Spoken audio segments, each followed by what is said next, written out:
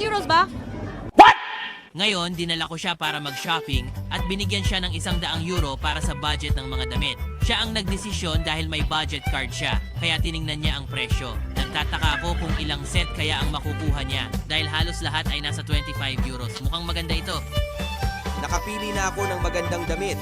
Maganda ito at ang presyo ay €14 at ₱75, kaya't kinuha ko na. Maganda rin ang palda sa ibaba, ang leather skirt. 19.9. Nag-isip nun ako at kinuha ito.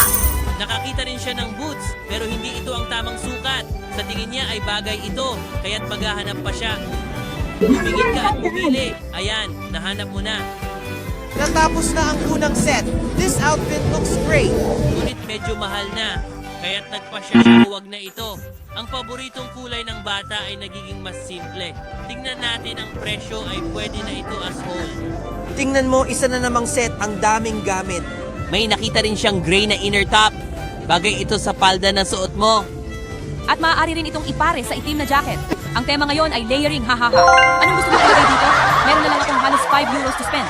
At ngayon tumitingin ako kung ano pa ang mabibili. Maybe mga sale o The accessories. present figure is confident. Reality hits hard.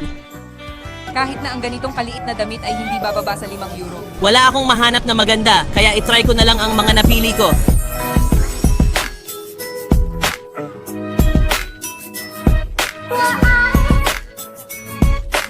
Naisip mo na ba kung magkano ang nagastos mo?